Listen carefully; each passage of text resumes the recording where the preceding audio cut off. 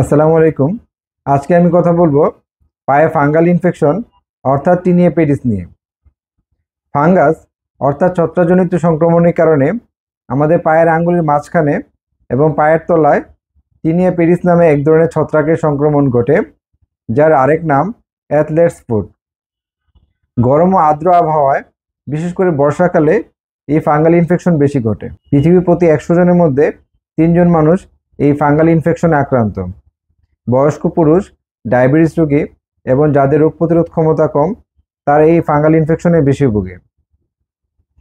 Fungal infection একজনের কাছ থেকে আরেকজনের কাছে ছড়াতে পারে, বিশেষ করে জুতা, মোজা, গামছা, তোয়ালে অথবা ছত্রাকে আক্রান্ত ফ্লোর এবং মাটি থেকে এই ছত্রাকের সংক্রমণ ঘটতে পারে। এর প্রধান কারণ হচ্ছে পা লম্বা সময় ভেজা থাকলে অথবা যাদের পা অতিরিক্ত ঘামে, পা পরিষ্কার এবং শুকনা না রাখলে, রাবার জুতা পরলে অথবা লম্বা সময় টাইট ফিটিং জুতা পরে থাকলে, লম্বা সময় ভেজা জুতা অথবা মোজা পরে থাকলে, সিনথেটিক মোজা পরে থাকলে যার মধ্য দিয়ে বাতাস ঠিকমতো চলাচল করতে পারে না, অথবা মোজা নিয়মিত পরিবর্তন করা না হলে, পাবলিক প্লেসে খালি পায়ে হাঁটলে, বিশেষ করে পাবলিক গোসলখানায়, সুইমিং পুল এবং জিমে, জুতা, মোজা, তোয়ালে, গামছা যদি শেয়ার করে ব্যবহার করা হয়, তাহলে এই ছত্রাক ইনফেকশন হতে পারে। কোন কোন পেশার মানুষের এই ফাঙ্গাল ইনফেকশন বেশি হয়? যাদের লম্বা সময় জুতা পরে থাকতে হয় অথবা জুতা পরে কাজ করতে হয়, যেমন খেলোয়াড়, কারখানা বা নির্মাণ শ্রমিক, সশস্ত্র বাহিনীর সদস্য, পরিষ্কার পরিচ্ছন্নতা কর্মী। এছাড়া যারা পানি এবং কাদামাটিতে কাজ করে, যেমন যারা মাঠে ঘাটে কাজ করে অর্থাৎ কৃষক, মৎস্যকর্মী, স্যানিটেশন ওয়ার্কার, ডুবুরি এবং নৌ পরিবহন কর্মী। চলুন জেনে নিই এই রোগের লক্ষণগুলো কি। পায়ের 2 আঙ্গুলের মাঝখানের চামড়া, বিশেষ করে 4 নাম্বার এবং 5 নাম্বার আঙ্গুলের মাঝখানের চামড়া নরম এবং সাদা হয়ে উঠে যেতে পারে, লাল হয়ে যেতে পারে, ঘা হতে পারে অথবা ফেটে যেতে পারে। আক্রান্ত স্থানে ব্যথা, জ্বালাপোড়া, অস্বস্তি ভাব, চুলকানি হতে পারে, বিশেষ করে জুতা এবং মোজা খোলার পর।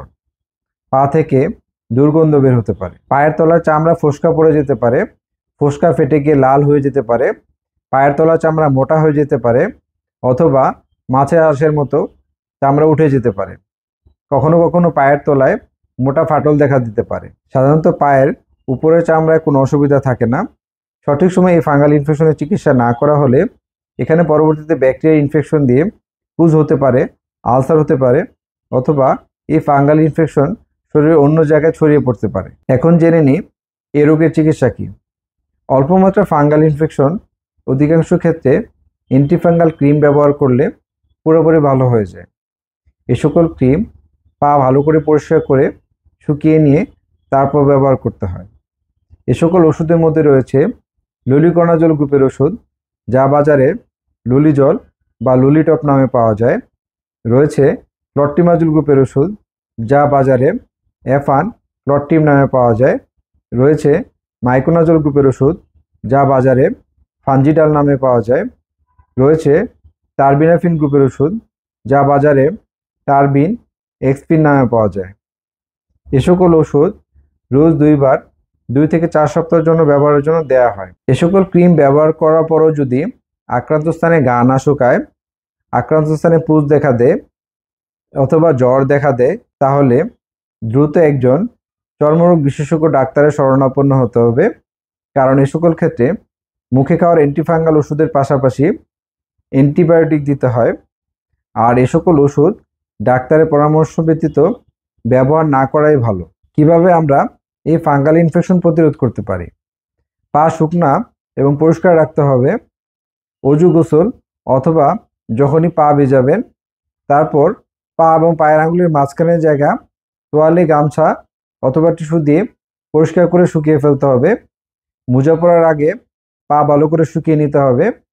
সুতি মোজা পরতে হবে এবং প্রতিদিন মোজা ব্যবহার করার পর ধুয়ে ফেলতে হবে। সম্ভব হলে জুতার বদলে স্যান্ডেল পরতে হবে এবং জুতা পরলে কাপড় অথবা চামড়া জুতা পরতে হবে। জুতা ভিজে গেলে জুতা শুকিয়ে নিতে হবে। জুতা প্রতিদিন পরিবর্তন করে নিতে হবে। সম্ভব হলে প্রতিদিন একই জুতা না পরে জুতা পরিবর্তন করে করে পরতে হবে। পাবলিক প্লেসে খালি পায়ে হাঁটা যাবে না। তোয়ালে, গামছা জুতা এবং মোজা শেয়ার করে পরা যাবে না।